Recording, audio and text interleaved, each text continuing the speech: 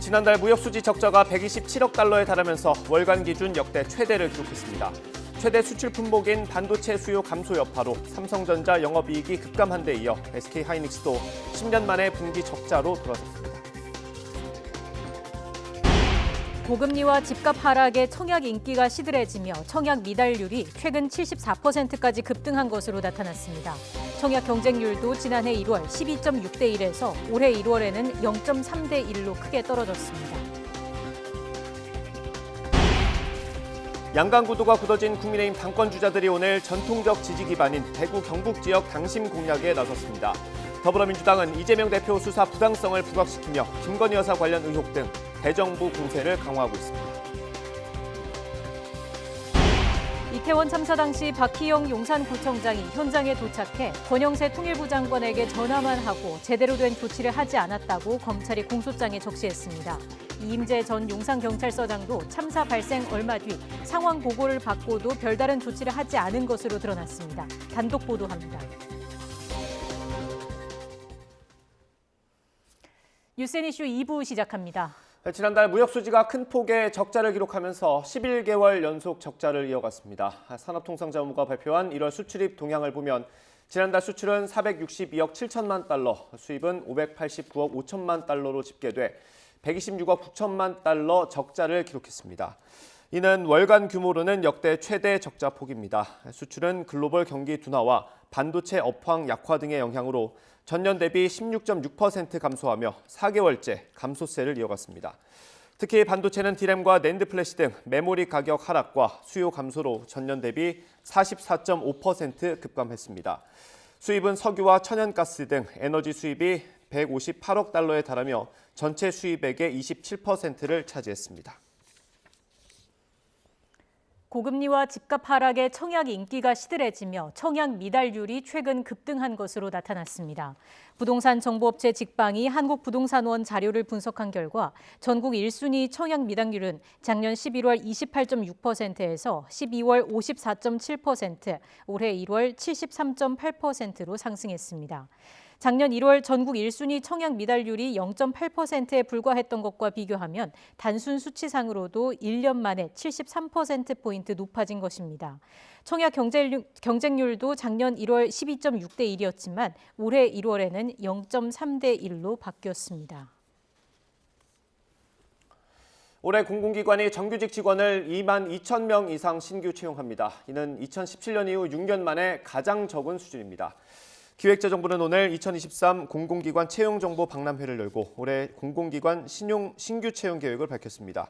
추경호 경제부총리는 올해 고용시장의 어려움 속에서도 정부는 양질의 일자리 창출을 최선의 목표로 삼고 노력하겠다며 우선 고용시장의 든든한 버팀목인 공공기관은 올해 총 2만 2천 명 플러스 알파를 신규 채용하겠다고 밝혔습니다. 정부가 자영업자와 소상공인의 금리 부담을 줄이기 위해 진행하고 있는 저금리 대환 프로그램 지원 대상을 확대합니다. 금융위원회는 저금리 대환 프로그램 지원 대상을 코로나19 피해 개인 사업자와 법인 소기업에서 전체 개인 사업자와 법인 소기업으로 확대한다고 밝혔습니다. 금융위는 코로나19 장기화로 자영업자 전반이 영향을 받고 있고 최근 금리 상승으로 자영업자의 상환 부담이 커지고 있다고 지원 대상 확대 배경을 설명했습니다. 대출 한도는 개인 5천만 원, 법인 1억 원에서 개인 1억 원, 법인 2억 원으로 늘어나고 상환 구조에 대해서도 2년 거치 3년 분할 상환에서 3년 거치 7년 분할 상환으로 조건이 바뀌었습니다. 또 일부 자영업자가 가계대출로도 사업체를 운영해온 만큼 코로나19 피해 자영업자에 한해 올해 하반기부터 일정 한도의 신용대출을 대환 대상에 포함하기로 했습니다. 미국 중앙은행인 연방준비제도가 오늘 올해 첫 공개시장위원회를 열고 금리를 결정합니다. 전문가들은 우리 시각으로 내일 새벽에 끝날 연준 회의에서 0.25%포인트 금리 인상을 단행해 기준금리 상단을 4.75%까지 높일 것으로 전망하고 있습니다. 연준은 지난해 인플레이션을 잡기 위해 7차례 연속 가파른 금리 인상을 이어가며 기준금리를 4.25에서 4.5%까지 높였습니다. 시장은 오늘 회의에서 금리 인상폭 못지않게 현재 인플레이션에 대한 평가와 올해 금리 인상 기조에 대한 제롬 파월 연준 의장의 발언을 주목하고 있습니다. 전해드린 대로 제롬 파월 연준 의장이 이번에 어떤 발언을 할지도 관심입니다. 현재 시장 상황을 반영해 물가가 진정세에 접어들었다는 긍정적인 신호가 나올지 경제 전문가의 전망 들어보시겠습니다.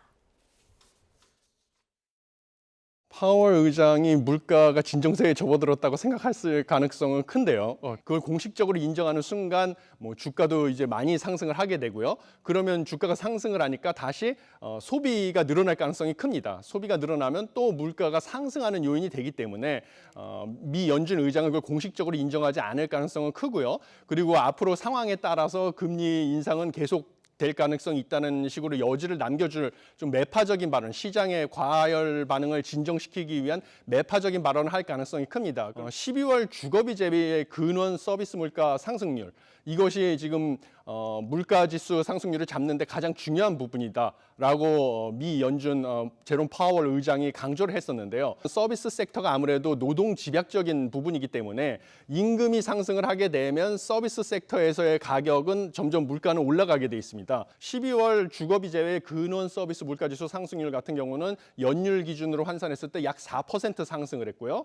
이것은 코로나19 확산 이전인 2019년에 2.5% 상승한 것보다는 여전히 많이 높은 수준입니다. 완전히 물가가 잡혔다라고 판단을 하지는 않고 추가적으로 금리 인상을 할 수 있는 여지를 남겨놓을 가능성이 크다, 이렇게 보고 있습니다. 기타 고피나스 국제통화기금 IMF 수석 부총재는 고금리와 지속되는 무역 적자 등으로 IMF가 올해 한국 경제 성장률 전망치를 내렸다고 밝혔습니다. 기타 고피나스 부총재는 연합뉴스와 가진 인터뷰에서 올해 한국 경제 성장률을 하향 조정한 배경에 대해 이같이 말했습니다.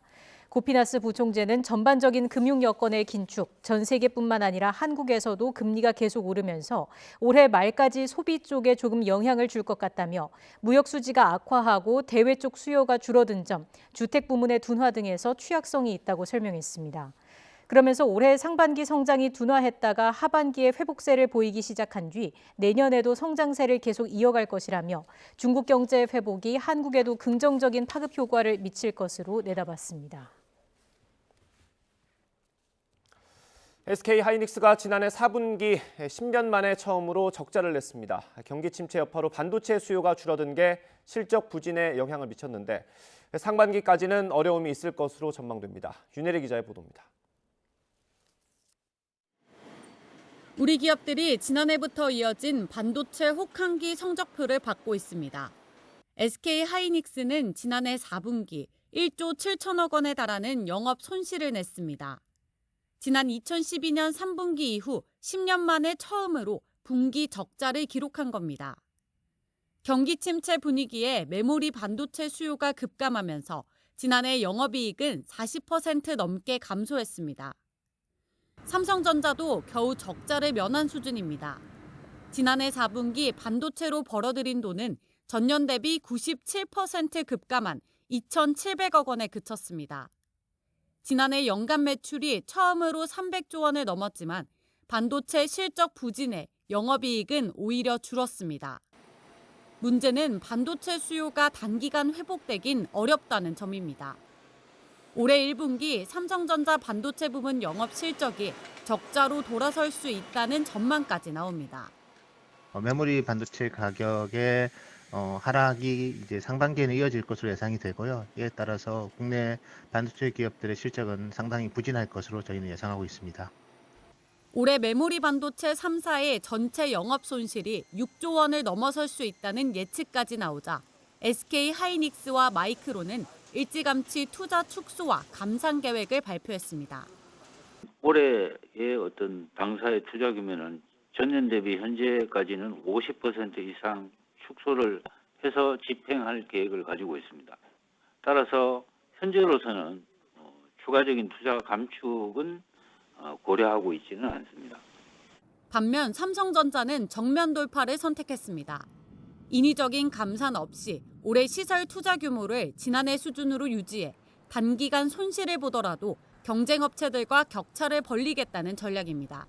업계에서는 올해 상반기 반도체 재고가 정점을 찍은 뒤 하반기부턴 가격이 회복되길 기대하고 있습니다. 인텔이 고성능 CPU를 출시함에 따라 차세대 D램, DDR5를 중심으로 메모리 반도체 수요가 회복될 수 있다는 예측도 있습니다. 고성능 CPU에 고성능 D램이 들어가요. 신제품이죠. 본격적으로 데이터 센터 서버 중심으로 투자가 일어날 것 같아요. 공급 줄이고 수요 늘어나면 가격 반등의 모멘텀이 되는 거고요. 하지만 올해 상반기 반도체 혹한기 여파에 우리 기업들의 매출은 물론 수출 실적 타격은 불가피해 보입니다. YTN 윤혜리입니다. 지난주 중국에서 온 입국자의 코로나19 양성률이 전주보다 소폭 감소한 2%로 집계됐습니다. 중앙방역대책본부는 지난달 22일부터 28일까지 일주일 동안 중국발 입국자 7,399명 가운데 7,272명을 코로나19 PCR 검사를 한 결과 2%인 146명이 양성 판정을 받았다고 밝혔습니다. 공항에서 검사받은 단기 체류 외국인은 1,642명이고 이 가운데 72명이 확진돼 양성률은 4.4%로 집계됐습니다. 중국이 오늘부터 우리나라에서 들어가는 입국자에 대해서 PCR 검사를 하기로 했습니다. 한덕수 국무총리는 중국인 검사 결과를 파악해서 감내할 만하다고 판단되면 입국 규제를 조기에 해제하는 방안을 검토하겠다고 했습니다. 직접 들어보겠습니다. 우리가 조금 중국 내의 사정에 대해서 좀 아직 확정적인 그런 확고한 충분한 아직 그런 데이터랄까요? 이런 것들을 좀 가지고 있지 않아서 우리가 가지고 있는 거는 결국 이제 우리나라에 들어오는 중국인들의 PCR 테스트 결과 정도를 가지고 있고 그러나 그 인원들이 아직도 조금 좀 우리가 그냥 완전히 다 해제를 해버리기에는 조금 좀 신중해야 되지 않나 이런 생각이기 때문에 하는 것이어서 그런 상황을 저희가 좀 더 파악을 해보고 이런 숫자들도 이게 충분히 우리가 좀 감내할 만하다든지 하는 판단이 되면은 2월 28일까지 되지 않더라도 그 전이라도 저희로서는 해제 여부를 검토하겠다. 지방대학시대는 윤석열 정부의 85번째 국정과제입니다. 지역대학과 관련한 행정과 재정 권한을 지자체에 넘기고 지역 산업 수요에 맞는 인재를 키우겠다는 겁니다. 경상북도와 구미시가 기업, 학교와 힘을 합쳐 지방대학 시대의 첫걸음을 내디뎠습니다. 이윤재 기자입니다. 경북 구미에 있는 금호공과대학교. 연구실에서 석박사 과정 학생들이 실험에 몰두합니다. 반도체 소자에 얇은 막을 증착시키고 또 주사 전자현미경으로 지름이 연필의 2000분의 1 수준인 미세한 구멍을 들여다봅니다. 이런 학생들이 지역의 우수한 기업으로 진출할 새로운 길이 열립니다. 지자체가 주도해 학교, 기업과 함께 지역 맞춤형 인재 양성을 위해 손을 맞잡은 겁니다. 취업난이라고 하지만 지역에서는 굉장히 우량 기업조차도 지금 인력난입니다. 어떤 지자체와 대학, 기업의 협조 체제를 구축하는 것이 그러한 간극을 좁히는데 굉장히 크게 기여할 것으로. 지방대학 시대라고 이름 붙인 국정과제 추진으로 지자체가 지역대학을 지원할 수 있게 되면서 변화의 계기가 마련됐습니다. 중앙정부에서 주던 교육 예산을 지방정부에서 받아서 쉽게 하면 지방정부에서 대학과 교육을 관리해서 기업에 지원하는 이런 형태가 되겠습니다. 경북도와 구미시는 지역에 필요한 인재를 키우려고 고등학교 진학 컨설팅부터 시작한다는 계획입니다. 지방정부 가용재원의 10%를 쏟아부어 인재를 키우고 또 해외 우수 학생도 유치할 예정입니다. 정주 여건을 개선해 정착한 인재가 다시 빠져나가지 않도록 하는 데도 힘을 쏟을 방침입니다. 지역 산업에 필요한 인력은 우리 지역에서 공급하고 또 그 인력들이 지역에 잘 정착해서 살기 좋은 지방시대를 구미가 앞장서서 만들어 가도록 하겠습니다. 인구와 기업이 갈수록 줄고 투자마저 감소해 생존 위기에 직면한 지역이 대학 정책 전환에 맞춰 어려움을 이겨낼 기회를 만들어낼 수 있을지 주목됩니다. YTN 이윤재입니다.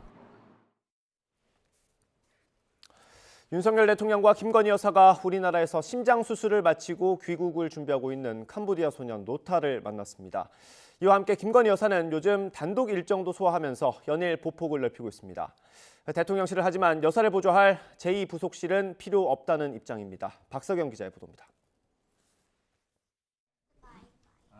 한국에서 수술을 받은 뒤 회복 중인 캄보디아 소년 로타가 귀국을 앞두고 윤석열 대통령 부부와 용산 대통령실에서 만났습니다. 고생했어요, 진짜. 치료받느라고 수고 많았어요. 윤 대통령은 심장 질환으로 축구를 해본 적이 없던 로타 군에게 축구공을 선물했고 직접 던지고 받으며 공놀이를 했습니다. 지난해 11월 캄보디아 순방 당시 김건희 여사와 맺은 인연이 계속해서 이어지고 있는 겁니다. 윤 대통령 부부는 이어 주한 외교관 신년 인사회에도 나란히 모습을 드러냈습니다. 이와 별도로 김건희 여사는 디자인계 신년 인사회에 단독으로 참석했습니다. 우리 디자이너분들께서 그런 지금 세계 중심에 있는 그런 기대 속에서 항상 계시다는 것을 잊지 않으셨으면 좋겠습니다. 김 여사는 새해 들어 대구 서문시장 방문, 국민의힘 여성 의원들과의 오찬 등을 소화하며 행보를 넓혀가고 있는데 대통령실 관계자는 우리 사회 약자나 어려운 분들 위주로 대통령이 함께하지 못하는 행사와 격려 자리에 참석하고 있다고 설명했습니다. 이처럼 외부 활동이 늘어나면서 일정을 체계적으로 관리할 제2부속실이 필요하다는 목소리도 꾸준히 제기되고 있습니다. 이에 대해 대통령실 관계자는 제2부속실을 만들지 않겠다는 게 선거 당시의 약속이라며 선을 분명히 그었습니다. 하지만 대선 과정에서 조용한 내조를 내세웠던 기조를 바꿔 존재감을 점점 키우고 있는 만큼 불필요한 오해나 논란을 피하기 위해선 보완이 필요하다는 의견은 계속해서 이어질 거로 보입니다. YTN 박서경입니다. 대통령실은 대통령과 가족에 대한 근거 없는 허위사실 유포는 공익과 직결된 문제라며 대통령 비서실이 국민 알 권리와 국익을 위해 직접 대응하는 건 당연하다고 강조했습니다. 앞서 참여연대가 김건희 여사에게 제기된 과거 의혹 관련 고발에 대통령 보좌 공직자 등 공적 자원을 동원했다면 그 적절성에 의문이 제기된다고 지적한 데 대한 반박입니다. 대통령실은 오늘 공지를 통해 참여연대 의혹 제기는 명백히 사실과 다르다면서 정치적 목적으로 거짓 의혹을 제기한 것에 대통령과 가족이 직접 대응하면 국정이 마비되고 피해는 고스란히 국민에게 돌아갈 거라고 설명했습니다. 그러면서 최근 고발건은 특정 매체와 더불어민주당 김의겸 대변인이 제3자 재판에서 나온 일부 내용을 맥락과 다르게 짜깁기한 전형적인 가짜뉴스라며 실체가 있는 사건이 전혀 아니라고 밝혔습니다. 더불어민주당이 김의겸 대변인을 명예훼손 혐의로 고발한 대통령실 관계자를 맞고발하겠다고 밝혔습니다. 박성중 대변인은 오늘 최고위디 취재진과 만나 김 대변인을 고발한 대통령실 명의자를 당 법률위원회가 무고죄로 고발할 예정이라고 말했습니다.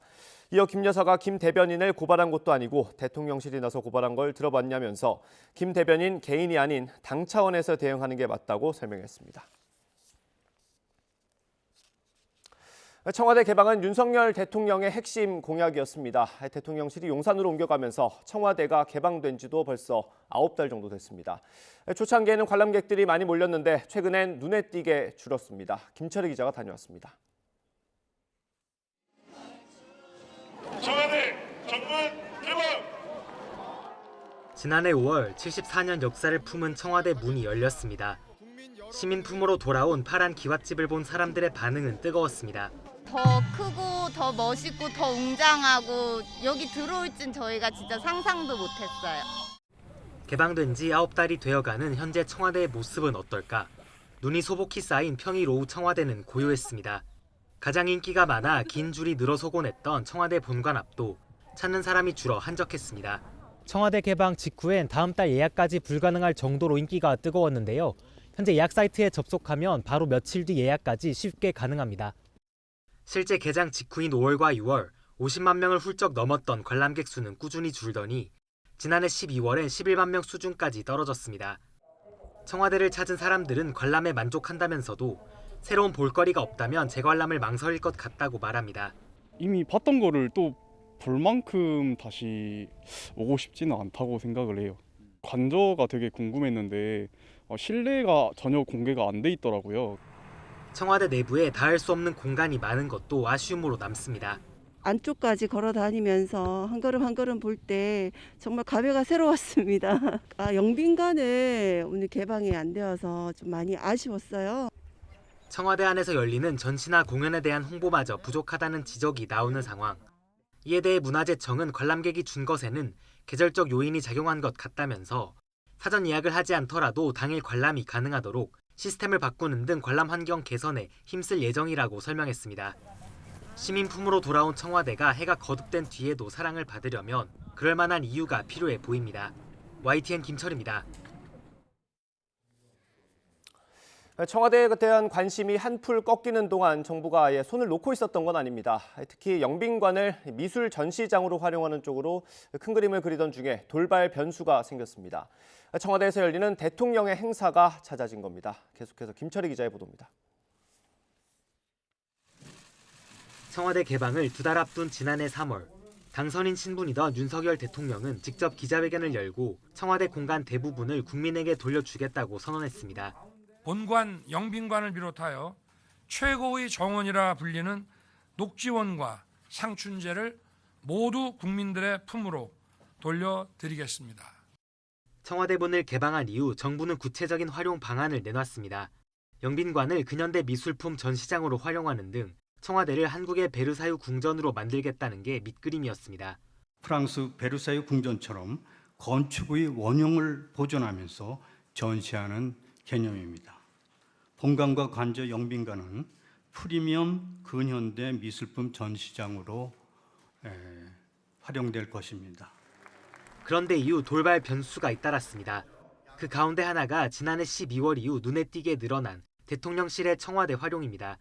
윤 대통령은 지난해 12월 5일 베트남 국가주석과의 국빈 만찬을 시작으로 해외 순방 직전까지 영빈관을 15번, 상춘제를 2번 사용했습니다. 이틀에 한 번꼴로 청와대를 찾은 셈인데 행사 전후 해당 구역의 일반인 관람은 제한됐습니다.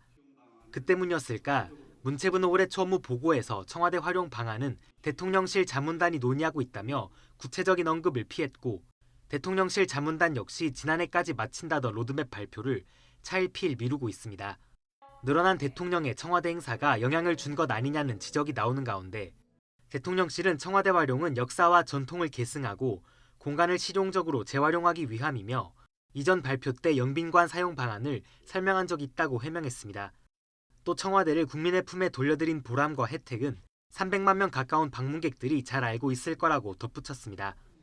전문가들은 대통령실과 정부의 청와대 활용이 시설 보존과 조화를 이룰 수 있도록 충분한 시간을 두고 방법을 찾아야 한다고 조언합니다. 심화 조사를 통해서 아주 구체적으로는 가치를 판단한 다음에 어디까지는 보존하고 어디까지는 활용하고 아웃라인만 잡은 정도라고 생각하면 될 것 같습니다. 청와대를 둘러싼 논쟁은 한동안 이어질 것으로 보이지만 대통령실은 청와대 활용 계획 발표가 늦어지는 이유와 구체적인 발표 시점에 대해서는 답하지 않고 있습니다. YTN 김철입니다.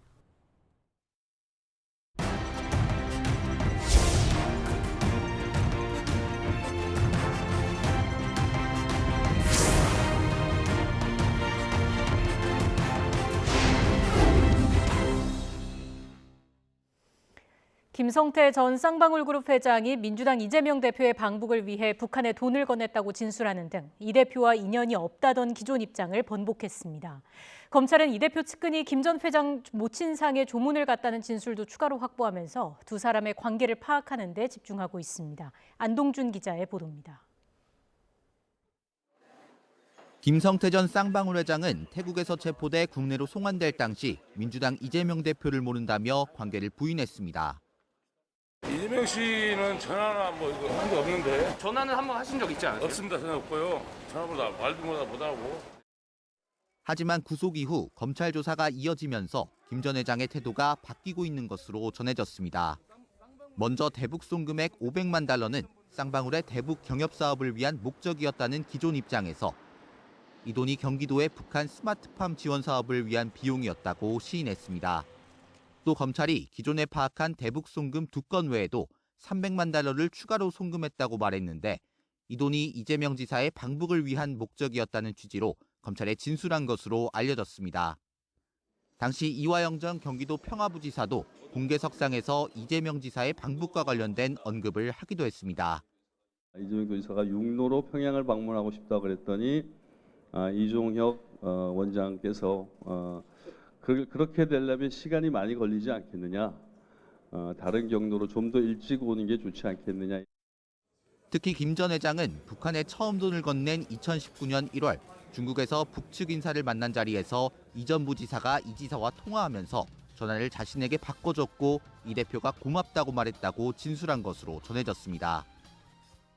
앞서 이 대표는 술을 마시고 누군가 바꿔줘서 통화했을 수는 있지만 기억은 나지 않는다며 김 전 회장과의 관계를 부인했습니다. 김 전 회장이 이 대표와 관련된 언급을 하기 시작한 가운데 관련 재판에서도 두 사람의 관계와 관련된 주장이 나왔습니다. 이 전 부지사의 뇌물 등의 혐의 재판에 증인으로 나온 쌍방울 전 비서실장이 김 전 회장 모친상에 이재명 당시 경기도지사 비서실장이 조문했다고 증언한 겁니다. 다만 조의금은 비서실장 명의로 냈고 이 대표가 보낸 조의금은 없었던 것으로 알려졌습니다. 검찰은 상대적으로 수사가 진척된 대북송금 의혹을 중심으로 김 전 회장과 이 대표의 관계를 집중적으로 조사할 것으로 보입니다. YTN 안동준입니다. 한동훈 법무부 장관이 검찰 소환을 대선 패배의 대가라고 빗댄 민주당 이재명 대표를 향해 대선에서 이겼으면 사건을 뭉갰을 거라는 말처럼 들린다고 반박했습니다. 또 민주당과 관계없는 이 대표 개인에 대한 수사라는 점도 분명히 했습니다. 직접 들어보시겠습니다. 최근에는 이게 다 대선에서 졌기 때문이다. 그렇게도 말씀하시는 것 같은데 만약 자기가 대선에서 이겼으면 권력을 동원해서 사건을 못하게 뭉갰을 거다. 이런 말처럼 들리거든요. 표를 더 받는다고 있는 죄가 없어지면 그건 민주주의가 아니라고 생각합니다. 잘 아시다시피 이 사건은 민주당 정권 당시에 민주당 경선 과정에서 주로 불거진 의혹에 대한 수사잖아요. 그리고 민주당과는 관계없는 이 대표 개인의 성남시장 시절에 있어서 지역 토착 비리 수사이고요. 그 점을 제가 다시 말씀드리겠습니다. 비명계 의원들이 주축인 민주당의 길이 출범했습니다. 여론 추이를 분석하고 그 대응 방안을 논의하는 취지로 첫 모임을 채웠는데 이재명 대표도 이 자리에 참석했습니다. 어떤 얘기들이 나왔는지 들어보겠습니다. 요즘에 우리 민주당에서 많은 노력을 하고 있지만 국민들은 정말 싸늘하게 또 우리 민주당에 대해서 뭔가 기대를 버리는 그런 분위기인 것 같습니다. 최근에 여론조사를 보면 명확히 그렇다고 봅니다. 이 민주당의 길 토론회는 비명 모임이 아닙니다. 이건 비전 모임이에요. 비전. 딱 한 글자 틀린데 엄청나게 다른 거예요. 비명 모임이 아니라 비전 모임입니다. 앞으로는 꼭 그렇게 써주시기 바랍니다. 정당이라고 하는 것이 원래 이제 당이라고 하는 게 무리라는 뜻인 것처럼 다양한 의견 또 다양성이라고 하는 게 본질이라고 생각됩니다. 당내의 다양한 목소리들을 듣는 것이 저의 역할이기도 하죠. 그래서 나중에 기회가 되면 여러분들의 토론의 결과물도 저도 좀 전해서 참고할 수 있게 해주시면 고맙겠고요. 국민의 신뢰를 받지 못하고 있는 것 같다 이렇게 말씀해 주셨는데 그 원인 당이라는 게 어떤 단일한 목소리, 단일한 대우 이런 게 좋은 것 같지만 좀 지금 상황에 대해서 다르게 판단하고 있고 또 다른 어떤 모색을 하는 사람들도 많이 있잖아요. 대표님 일각에서는 비명계에 손 내민다 이런 해석들도 나오는데 비명계 아니라던데. 비전 모임입니다. 비전 모임.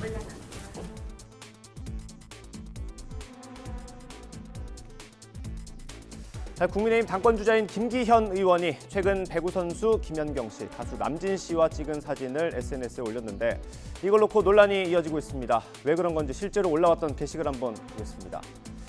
김 의원에 있는 SNS 사진과 게시글입니다. 보시는 대로 김기현 의원이 가운데 있고 김연경 선수 그리고 남진 씨가 옆에 서 있습니다. 이런 글을 함께 올렸습니다. 저를 응원하겠다면서 귀한 시간을 내줬다. 꽃다발까지 준비해줬다. 진심으로 감사한다. 이런 얘기를 적었습니다. 이후 김연경 선수와 남진 씨는 정치적인 중립을 어겼다는 비방글에 시달렸습니다. 마음고생이 많았던 남진 씨 결국 김기현 의원과의 친분을 부정하면서 그날 처음 봤다고 반박했습니다. 남진 씨는 YTN과 통화에서 김 의원은 전혀 모르는 사람으로 잠시 인사말을 나눈 뒤 사진을 찍었다고 설명했습니다.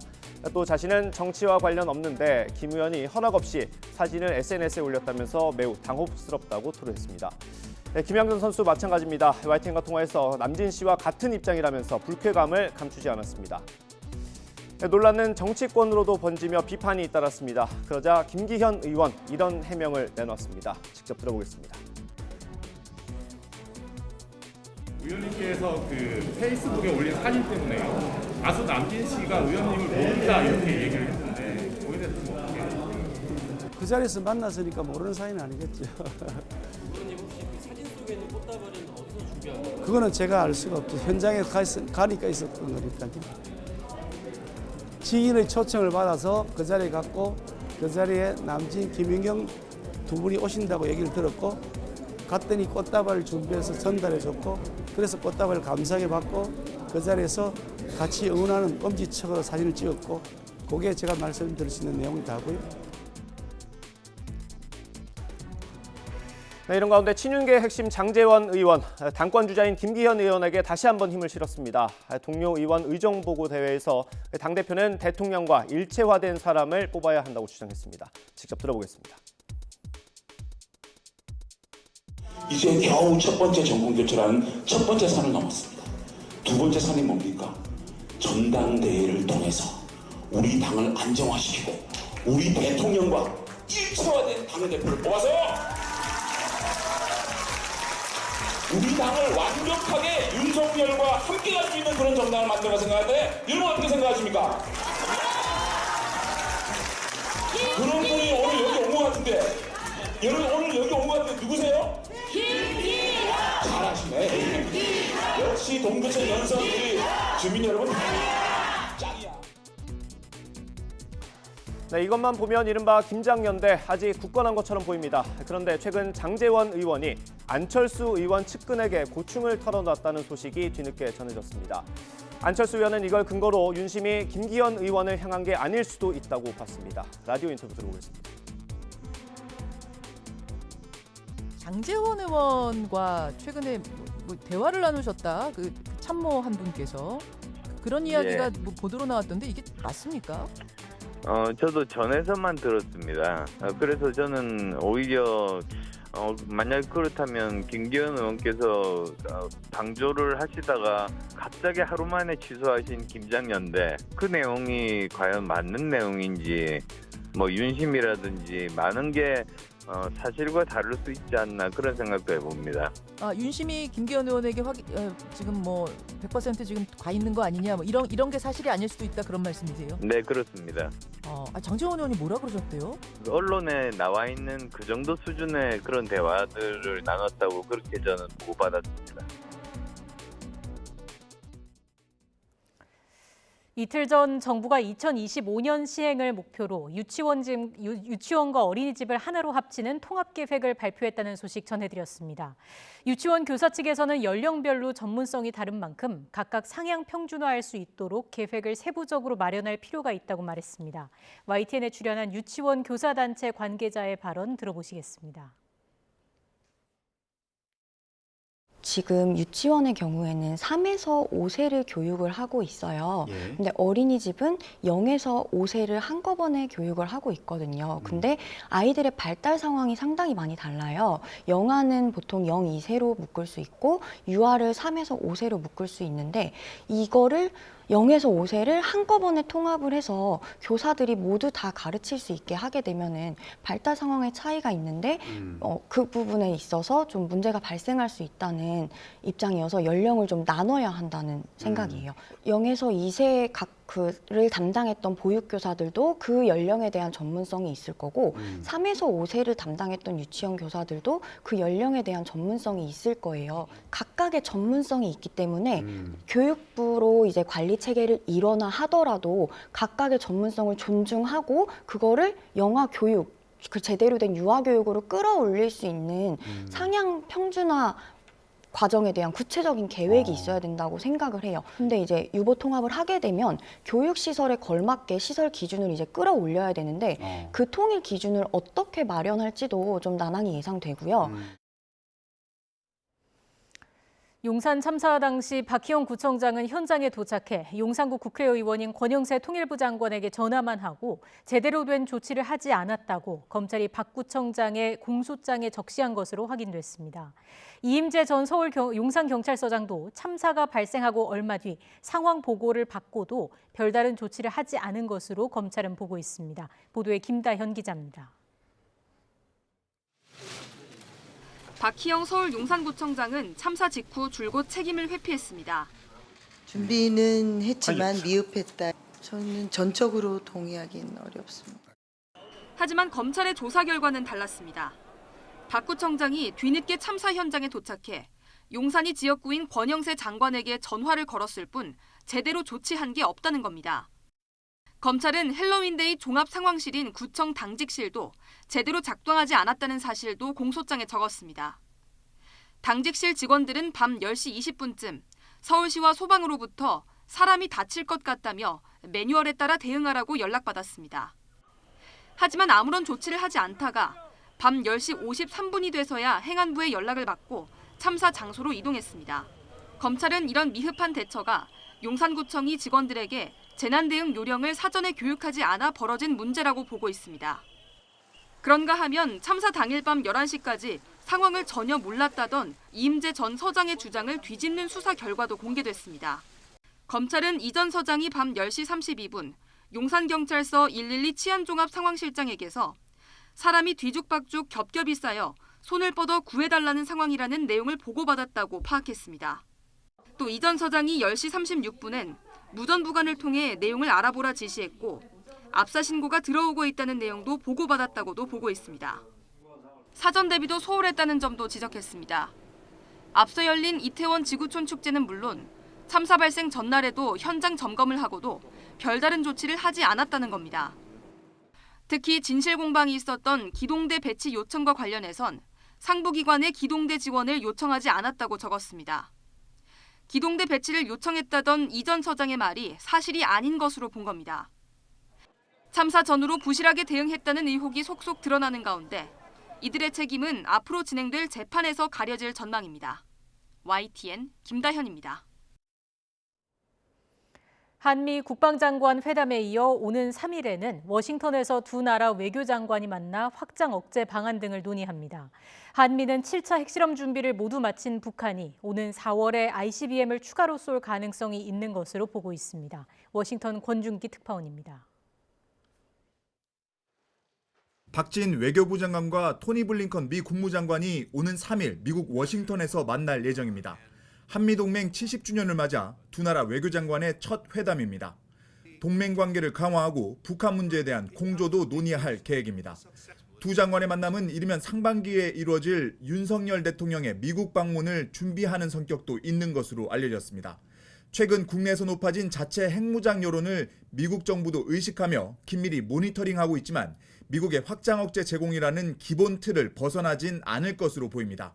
앞선 한미 국방장관 회담에서 미국 전략자산의 한반도 전개를 늘리는 군사적 확장 억제 방안이 논의됐다면 이번엔 외교 영역에서의 확장 억제 강화 방안이 다뤄질 것으로 보입니다. 조태용 주미대사도 올해 미국과 확장 억제 강화 방안을 논의하는 데 집중하겠다고 밝혔습니다.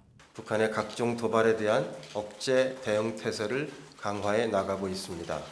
무엇보다 확장 억제 실행력 강화를 위해 긴밀히 협력할 것입니다. 한미 양국은 북한의 핵실험 준비가 물리적으로는 모두 완료됐다는 기존 평가를 유지하고 있습니다. 특히 북한이 오는 4월 군사 정찰위성 발사 준비를 끝내겠다고 언급한 점을 근거로 이때 대륙간 탄도미사일 추가 발사에 나설 가능성을 주시하고 있는 것으로 알려졌습니다. 박진 외교장관은 뉴욕 유엔 본부에서 방미 일정을 시작합니다. 내년부터 우리나라가 유엔 안보리 비상임 이사국이 되기 위해 회원국들의 지지를 모으기 위한 방문 목적도 있는 것으로 관측됩니다. 워싱턴에서 YTN 권윤기입니다. 북한에 경유를 대량 공급한 혐의를 받는 중개인과 국내 정유 공급업체 직원들이 적발됐습니다. 중국과 러시아 유조선을 이용해 남중국해에서 거래가 이루어졌는데 해경은 연루된 기업이 더 많을 것으로 보고 수사를 확대하고 있습니다. 보도에 장하영 기자입니다. 정부 승인 없이 북한에 경유를 공급한 혐의로 중개인 이모 씨가 해경에 붙잡혔습니다. 2021년 10월부터 석 달 동안 북한으로 빼돌린 경유가 18,000톤, 180억여 원어치입니다. 불법 한적은 남중국해에서 이뤄졌습니다. 러시아 유조선이 경유를 싣고 군산항을 출발해 대기하고 있던 중국 선박과 만납니다. 중국 선박에 옮겨 실은 경유는 다시 북한 배로 옮겨졌습니다. 러시아 유조선은 울산에 있는 국내 정유 공급업체 소속으로 운반도 이 공급업체 직원 2명이 한 걸로 조사됐습니다. 밤을 틈타 유조선에 달린 위치 식별 장치를 끄고 이동한 걸로 보입니다. 이 씨는 중국 선박에 북한 선박과 접선할 시간과 장소도 중국 모바일 메신저인 위챗으로 알려주고 중국 선박을 통해 경유 대금을 받은 걸로 드러났습니다. 해경은 경남에 있는 정유업체도 2019년부터 1년여 동안 북한에 경유를 공급한 혐의를 잡고 추가로 연루된 기업이 더 있는지 수사를 확대하고 있습니다. 유엔 안보리 대북 제재 결의는 선박 대 선박 이전 방식으로 북한 선박에 석유 제품을 옮겨 싣는 걸 금지하고 있습니다. YTN 장하영입니다. 중국에 대한 반도체 장비 수출 규제, 최근 네덜란드와 일본 정부가 동참 의사를 밝히면서 우리 기업들은 어떤 영향을 받게 될지 관심이 쏠리고 있습니다. 중국과 기술 격차를 더 벌릴 수 있게 된 건 긍정적이지만 중국 현지 공장의 생산이 위축되고 중국을 상대로 한 사업 불확실성이 커질 수 있다는 점은 걱정입니다. 보도에 박홍구 기자입니다. 미국 정부가 지난해 10월 첨단 반도체 장비의 중국 수출을 규제하는 조치를 발표하자 세계 반도체 장비 2위와 3위 기업이 있는 네덜란드와 일본 정부는 반발했습니다. 기업의 피해가 우려됐기 때문입니다. 하지만 올해 초 미국 바이든 대통령이 두 나라 총리를 잇따라 만나고 나서 결국 백기를 들었습니다. 중국의 반발을 고려해 상세한 합의 내용이 공개되지는 않았으나 규제 대상에는 최첨단 EUV 노광 장비뿐 아니라 범용 반도체 칩을 만드는 DUV 장비까지 포함된 것으로 알려졌습니다. 자동차나 스마트폰에 들어가는 반도체마저 효율적으로 생산하지 못하게 막겠다는 의도로 해석됩니다. 이미 3나노 이하 반도체까지 대량 생산에 들어간 우리 기업들로선 중국과 기술 격차를 확대할 기회입니다. 세계 시장에서 경쟁자로 부상하는 거, 그 부분을 좀 더 지연을 시키거나 막을 수 있어지는 부분이기 때문에 우리 기업이나 국가 차원에서도 그 부분을 우리한테 도움이 된다고 봐야 되죠. 하지만 삼성전자와 SK하이닉스는 각각 두세 개씩 반도체 생산 공장이 중국에 있습니다. 미국 정부가 우리 기업에게 1년간 장비 수입 유예 조치를 적용해 심각한 타격을 입고 있지는 않지만 앞으로 생산 활동이 위축될 수밖에 없습니다. 일본과 네덜란드가 미국의 대중 압박에 동참하며 막대한 손실을 감수했다는 점은 우리 정부에게도 부담입니다. 앞으로 중국 내에서 사업 반도체 관련 공장을 증설한다든지 업그레이드를 한다든지 비즈니스를 확대하는 것에 대해서 굉장히 조심스러워질 것 같습니다. 이번 제재가 오히려 중국 정부의 반도체 독립을 촉진할 수 있다는 시각도 있습니다. 피터 베닝크 ASML 최고 경영자는 중국이 반도체 장비를 구할 수 없다면 스스로 개발하게 될 것이라며 미국의 수출 통제 조치를 비판했습니다. YTN 박홍구입니다. 정년 연장을 골자로 하는 연금 개혁법에 맞선 프랑스 노동자들의 두 번째 파업이 벌어졌습니다. 정부는 연금 고갈을 이유로 하원 법안 처리를 시도하고 있지만 반대 여론이 높아서 어려움이 예상됩니다. 보도에 류재복 기자입니다. 수도 파리를 비롯해 전국 200여 개 도시에서 노동자 100만 명이 거리로 나왔습니다. 정년을 64살로 늘리는 방안을 골자로 하는 연금 개혁 법안을 반대하기 위한 두 번째 파업입니다. 지난달 19일 1차 파업 때도 112만 명이 시위에 참가했습니다. Il y a beaucoup de gens qui sont pas d'accord avec cette formule, donc la balle est dans le camp de nouveau du gouvernement et du président de la République. Soit on écoute le peuple, soit on le méprise. 프랑스 주요 8개 노동조합이 12년 만에 연대 파업에 동참했습니다. 지하철과 버스 등 대중교통과 철도, 항공편 운행이 차질을 빚었습니다. 에너지 업체 파업으로 주유소가 문을 닫았고 초등학교 교사 절반도 일손을 놨습니다.